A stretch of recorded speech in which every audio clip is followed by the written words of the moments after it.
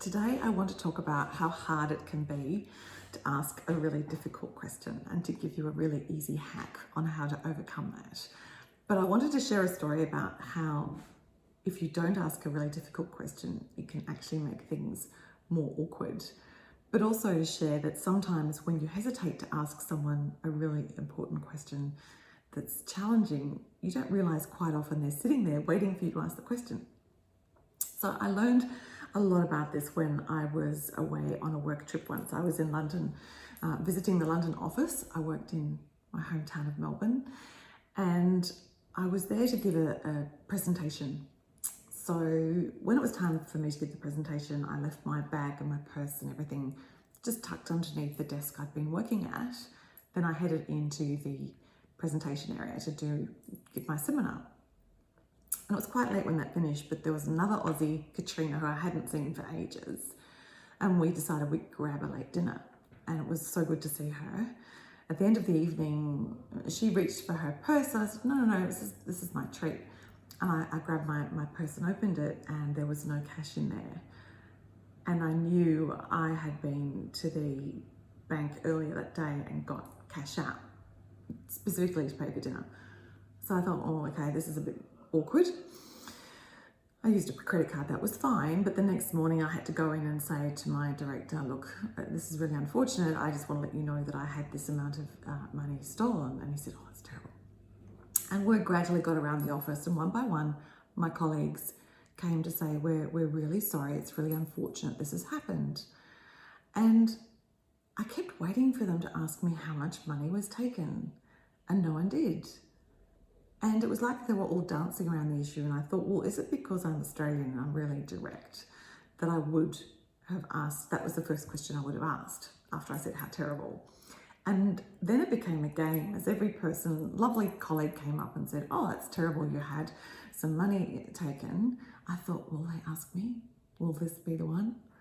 Eventually someone did ask me, I think it was the 9th person, and they said, I'm terribly sorry, do you mind me asking how much money you had stolen?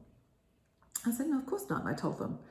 And it struck me almost how stressful it was if I was waiting for someone to ask a really important question and they didn't. And now I use this story in context when I'm speaking with entrepreneurs. Firstly, it can be very challenging for them to ask for help, for them to say, I'm struggling, I'm not sure my idea is going to work, which is so confronting when you've invested so much of your personal time and potentially your money as well. But the other instance I coach entrepreneurs who struggle to ask a really important question is when they want to attract a mentor. So quite often I've had entrepreneurs say, oh look, I arranged to have coffee with someone I really wanted to be my mentor, and I thought we got along really well, and they asked me all about what I was doing, but they didn't offer to help me, so what did I do wrong?